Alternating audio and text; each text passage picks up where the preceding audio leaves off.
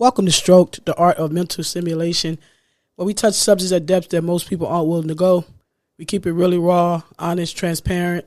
We don't hold back. What you hear is what you get. We speak straight from God, straight from our soul. And man, get ready. It's time. Man, that song Better, I don't know, something about it. Every time I hear it, I don't know, it gives you hope for a better tomorrow. Anytime I'm feeling low, anytime I'm feeling down. Something about that song, man, does something to the spirit. It said music is a direct connection to the soul, a lifeline. And I believe that, man. For anybody that want to check that song out, it's called Better by Hezekiah Walker. It's also in the description if you look into it. Gotta give everybody their props. This month is Mental Health Awareness Month. Mental Health Awareness Month. And me personally, I think we should be aware of mental health year-round, 365 days a year, 24/7, because it's a big issue. It's a big problem. They say statistically, 1 in 5 people are dealing with mental health issues at any given time. So if you have a group of people standing around and it's 5 people, at least one of you are dealing with some type of issue. And most people are suffering silently because, I don't know. I think it's that word crazy that has been branded upon it that makes people afraid to, kind of show themselves. They stay locked in that closet, show themselves so they suffer alone. That word crazy has too much power, way too much power we've given it. It has people afraid of seeking help. I think we need to get rid of that, man. Starting today, we got to get rid of that word crazy. I try to be mindful of it. Jokingly, I say stuff like that all the time, but, it's kind of hindering people. So things only get power when we give it to them. That's people, words, situations. So we got to, get control of that stigma. Thoughts are rushing. People are feeling low. People are having these things going on inside of them, these chemical imbalances within them, and they're afraid to share it. They're afraid to seek help. They're afraid to go, speak to a therapist. And when I tell you, some of these things, they're life-saving, man, especially speaking to a therapist, life-saving. I want to be very transparent right now. For like an entire year, for a month, every month, entire year, I had to go see a therapist. I was dealing with some issues. I tell people all the time I have PTSD. They laugh it off. They take it as a joke, but it's real. Mental health is real. We go through situations that are real, and it came about. I spoke of an accident I had. I was in Atlanta, Georgia. I had a car accident. It was raining. It was snowing. It was snowing outside. I think it was that big snowstorm of 2014. It was snowing outside. I was going 15 miles per hour driving down the road, and it had some black ice. So I hit a patch of that black ice, and it spun me into the oncoming traffic. So I grabbed the wheel, and I spun it back in the opposite direction that I was going, and I ended up going off the side of the road, an embankment. We went off the side of the road, and an embankment. It was like 5 of us in the car, and it was one tree that caught the car that held us up. One tree. It was a big opening, a big clearing. In the South, we call them a bayou. I'm not sure if that's what they call them everywhere, but down here we call them a bayou. A giant opening and one skinny, tiny tree that was there. One tree that was there that actually held the car up.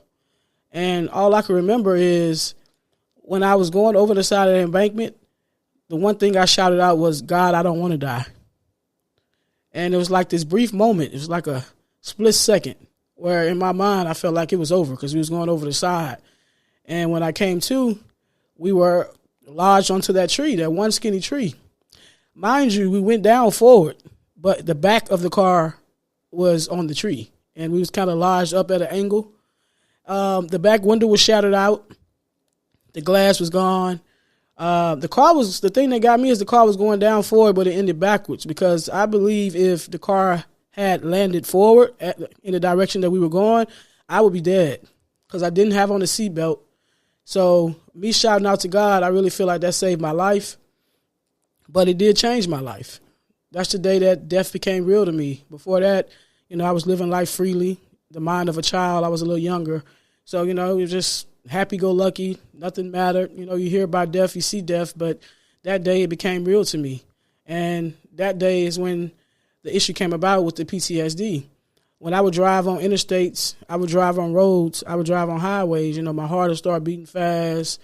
My thoughts would start racing. I just have visions of vehicles coming over, knocking me off the road. When it rains, you know, I still have issues when it rains. When there's any kind of inclement weather conditions, you know, I still kind of freeze up a little bit. And that's all the PTSD caused by that accident. But for a long time, you know, I wasn't really going anywhere. No one knew that. You know, I stayed home, mostly on the surface roads. I live in a city where they have interstates. You know, some people live in the country or whatever. So, I stopped going places. I stopped traveling like I want to. It started affecting my day-to-day life. And, you know, it was becoming a problem. It was becoming an issue. So it finally got so bad that I said, hey, you know, I need to go seek help. I need to seek help. Something's not right. Something's going on.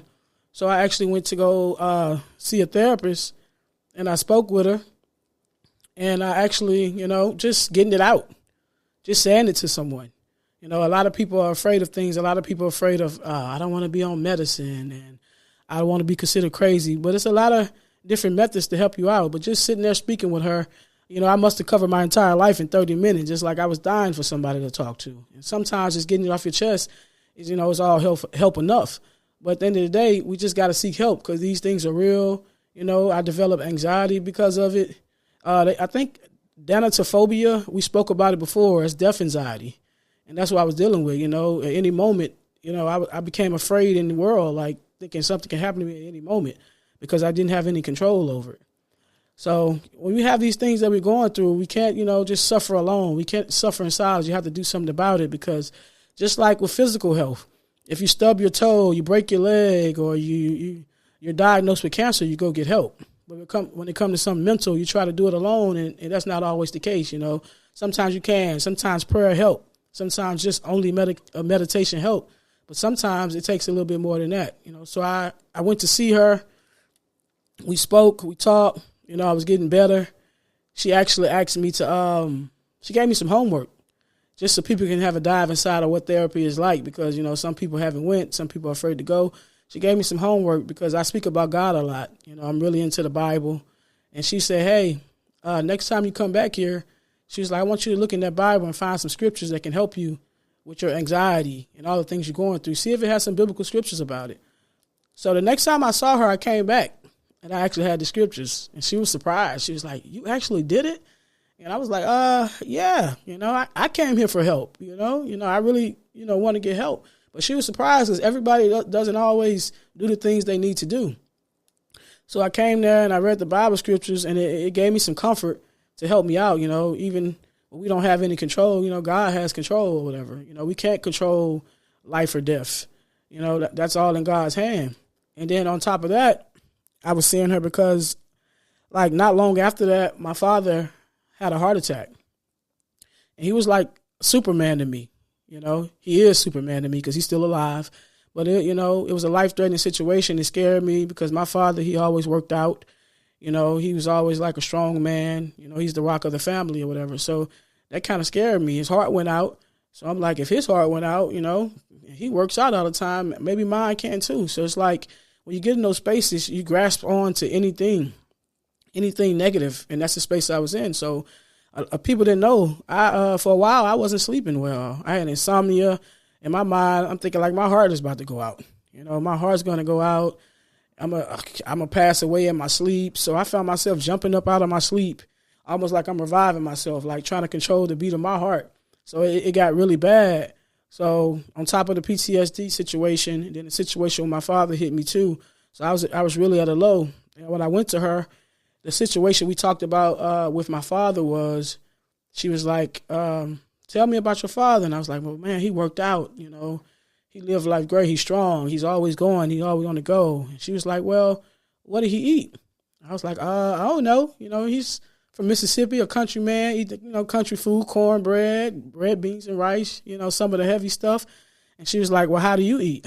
And I said, I eat pretty healthy. You know what I'm saying? I had, a while back, I had already tried to get a grasp on my health because I know it's some health things that run in my family. She was like, well, you eat pretty healthy, and he didn't eat well. She was like, maybe if he did all that other stuff, maybe it was his eating habits, that stopped it. And you're already doing that. And it's like a light bulb went out. It's like an aha moment. I was like, yeah, I am doing something about it. Yeah, I am eating healthy. And then it's like just that moment where her telling me that, all that other stuff disappeared. And I got ease and I got comfort just from that. She taught me breathing exercises. She taught me, how to stop and process things. I've spoken to her before when it was like people in my life or situations that I could control, or people in my life that were triggering me, that I didn't know that those people were my trigger. She actually said, hey, every story you're telling me, everything you're speaking about, she was like, this person, you keep bringing this person up. She was like, maybe this person is your trigger. And it hit me. It was like, wow, maybe they are. And so it's just like they can give you a different mindset. You get a chance to dump everything on your chest, everything on your soul out. So, we can't be afraid of therapy. We can't be afraid of getting help. And at the end of the day, if you're worried about someone telling your business or telling what you talk about, that's a lawsuit. They'll get sued. So, you're able to pour out anything on your little heart to them, man. When I tell you it feels great, it feels amazing, and more people should utilize it. I always wondered, like, every year they always say you should get an annual checkup. You should get an annual checkup, physical checkup. But you never hear people saying you should go see a therapist annually. And I think that's just as important, that, you speak with somebody, even if you're not going through anything. I mean, we watch movies and you see those celebrities and movie stars always sitting on the couch, always talking to their therapist, whatever. They're just getting it out. Sometimes it's overload. Life can be an overload. We have a lot of things we're going through. We have a lot of things we're thinking about. We have a lot of things we're worried about. Mind you, some people's mental ailments are a little more severe than others. Like I talk about anxiety. I do have anxiety. And some people, medicine is the way to go. A lot of people are afraid of medicine. But I will say this, because I actually have anxiety medicine. I have anxiety medicine that I take as needed. They give me like a 30-day supply, and it lasts me an entire year because it's literally take as needed. So throughout the year, I might not ever use it, but I might have a situation come about where, hey, I feel like I actually need it. And when I spoke to her, I said, hey, I don't want to be on the medicine feeling like a zombie, feeling all discombobulated. So I was like, I don't know about that. She was like, no. She said, what I'm going to give you, just going to relax you. You take it at sleep time, and it's like the equivalent of Benadryl. And I was like, okay, I'll try that. And I tried, and that's exactly what it is. I just sleep peacefully, and when I wake up, my mind's all clear. So there's ways to do that. You communicate with them. If you do go there and you have a severe ailment where you need medicine that may alter you a little bit, try it out. And if you don't like the way it makes you feel and you don't like the results it's giving you, you communicate with them. You communicate and tell them, hey, this is not working. And guess what? They'll try something different. Then maybe they'll try another prescription. Maybe they'll lower it. Maybe they'll, give you a little bit more. Or maybe you'll come to find out you don't need medicine at all. Just talking about it and just getting into perspective and learning more about what it is. Because a lot of times we're suffering with things that we just don't know what it is. All right? So it's probably a small fix, but you're so afraid. And sometimes I stop to think, like, why are we so afraid to deal with things that's going on within us? I know it's because we can't see it. You cut your arm, you can see the cut or whatever. You go get diagnosed with something, you can see the results. The doctor can kind of explain it to you, whatever. Because it's not seen, I don't know, and we're keeping it hidden. So, we kind of got to speak about these things out loud so more people won't be afraid. Maybe also if we change some names of some of these places, they got Oakwood Behavioral Institution or whatever. That kind of name will scare you. I feel like they about to do a scientific experiment on you. Maybe they use a little more, some names a little more upbeat, a little more welcoming. Maybe people be more open, to go to these places. A lot of people use prayer, meditation. I will always say this, I'm a big believer of prayer. I'm a big believer of God. But they always say faith without works is dead. So, just because you pray to God don't mean that's the only thing you do. You actually have to work towards it. You actually have to want help. You actually have to play your part, man. So you got to do the work. You got to get help. If you see somebody in your family suffering, reach out to them. Because, man, we got so many families. And I'm speaking for myself because I'm African-American, man, especially in the African-American community. It's so many people there's so many families that have people in the family that's suffering right in front of our eyes. We see them going through it. We see something not right. You know, they're like, oh, they go crazy Johnny in the corner or whatever. You know, that's just what Johnny do. He talked to himself. You know, we ignore Johnny, leave him in the corner. You know, let him suffer because we got in our mind. We don't want to call nobody for Johnny. We don't want to get him sent to a hospital or something because, you know, we think we're doing a disservice to Johnny by having somebody pick him up and take him to a place where he can actually get some help because it's that stigma on it. Or I don't want to be known as the family that has someone in my family that's quote unquote crazy or whatever. When Johnny is just suffering and dying right in front of us, man, his brain is deteriorating right in front of us. You know, though, like our brains have neurons and electrons and all this stuff firing off inside of them. If something can go wrong physically, why do we believe that something can't go on mentally? You know what I'm saying? It's the same thing. We're composed of both. So, you know, we see these people, we see these things. We can't feel bad by going and get Johnny help. You know, send Johnny off. They keep Johnny for 3 to 5 months. You know, they're giving Johnny what he needs, something that we can't give just by looking at Johnny. You know what I'm saying? We may can talk to Johnny or whatever, but sometimes it's more severe than just talking to somebody. You know what I'm saying? But if you have people that you can see going through stuff like depression, they say depression is the number one mental health illness that people deal with. Depression, they say more than 300 million people deal with depression. And that's when you have these lows, man. These lows where sometimes you just don't want to get out of bed. You just don't know why. You're just super sad.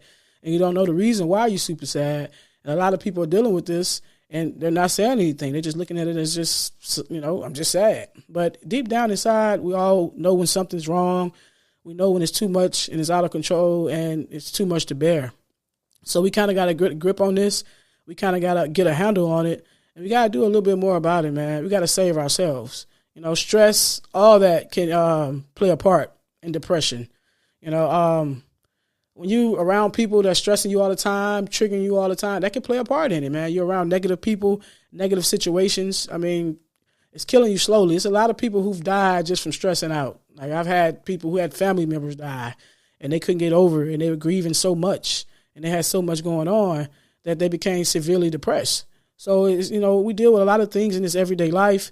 So if we try to take a handle on it, take control of it and do the things that we need to do, I mean, like I say, get rid of the stigma. At one time, man, when I was, after that accident, just dealing with everything death, afraid of, you know, everything, I was living in not a so great neighborhood at the time. And at one time, that neighborhood was way worse. You know, it used to have killings, all kind of things in it. So with me dealing with all those issues and me living in that situation, it was another thing that played a part into it, man. It's like once you in that hole, it's like everything start filling that hole up. And that's what happened. People used to, you know, walk past inside of your apartment. You could hear people walking past at night. So in my mind, I'm thinking like, you know, paranoid, you know, death is near. So like you never know what another person is going through, man. So we have to be mindful of that. Let's educate ourselves. Let's reach out to one another. Let's not call each other crazy when these things come about. You know, we got to be a pillar for this, man. For our kids. Man, kids are dying at an alarming rate when it comes to suicide. I don't know if they're a little more exposed to things in this day. They're a little more sensitive. I noticed that about the kids in my family, man. They are a little more sensitive, maybe because everything they're doing is on display. You know, whether they're school, whatever they have going on, there's always a camera up. Something's always recording. So I think these are some talks we need to have with our kids. If you see your kid is changing, you see they're going through something, I mean, take them to a therapist. Get them some help. Let them speak with someone. You know, maybe they'll share with someone else what they won't share with you. So, you know, we have to take these steps to do these things, man, because, man, I don't even know. Just being inside of that space, I can remember it like it was yesterday, but at the same time, it feels good to be on the other side of it. You know, I can feel it coming on now. Like if I have anxiety or feeling a certain type of way, I can feel it coming on now. And, you know, I'll, you know, meditate, I'll pray, I'll work out. Working out helps too. You know, I do all these things to help myself out. And at any moment, I'm not afraid to grab that phone and set me an appointment to go see a therapist. So, you know, we got to get on it as a community, as a world, man. We got to get on it, man, because certain things that we're dealing with, we don't have to. If you have a headache, you take Tylenol. If you have a cold, you take Theraflu. But when it comes to something with your brain, you just sit there and you just let it happen, man. You let it happen. You try to deal with it on your own. and then it becomes too much. You know, we have a lot of these killings, school killings, all this stuff going on, and there's a lot of these people are dealing with mental illnesses. They don't know what to do, how to process. You know, their brain is telling them to do something. I have something that I think sometimes, I don't know, like when people shoot up places and they're severely mentally ill or they do these bad things and they label as evil, whatever. You know, what if they've been dealing with these mental health issues and no one did anything about it? Like I say, we just watched them suffering. What if some of these things could be avoided? I think if we tackle these issues a little bit more, a lot of these big things that happen, these travesties that happen, you know, they can be avoided, man. Sometimes just hearing somebody out, just listening to them, things can be avoided. But let's not close our eyes, man. Let's not close our eyes. Let's open our minds. Let's want to be healthy all the way around, not just one way, not just physically. And let's get a handle on these things, you know. I mean, we have one life to live. Let's max it out. Let's be the persons and the versions of ourselves we're supposed to be. Let's take care of ourselves, man. Let's live these lives, I mean, one step at a time. And like I said, I'm trying not to keep you guys long on here, but I really feel like a part 2 coming on to this. I feel like it's a little bit more to dive into. But I'm glad you guys sit here and listen to me. You know, I hope some of the words I said kind of, you know, somebody grasped onto it and kind of help them out a little bit, you know, help them to step out and actually go get help or seek help or help another. You know what I'm saying? Me being transparent, that's what that's for. You know, I don't care what I'm labeled as. I feel good. I feel great. You know what I'm saying? I have my moments, but I seek help within those moments. You know what I'm saying? I get outside of myself. And I don't mind going out there. And if anybody, you know, want to talk, anybody need help, I'm not a therapist. By all means, I want to say that, you know, go seek a professional if you need help. This is just me speaking about my experiences, things I may have studied, things I may have read about. But if anybody ever want to reach out, you know, I'm always here to listen. Always here to listen. You can DM us. You can email us anonymously. You can create an email address anonymously. If I don't know anything, maybe I can help point you to some resources. Our email address is www.stroked, STROK'D, the podcast @gmail.com. And that's stroked, STROK'D, the podcast @gmail.com. And reach out. Don't sit there alone. Don't suffer alone. You don't have to be alone. It starts with us, man. Let's heal. And as usual, you guys know what just happened to you. You just got stroked up. Bye.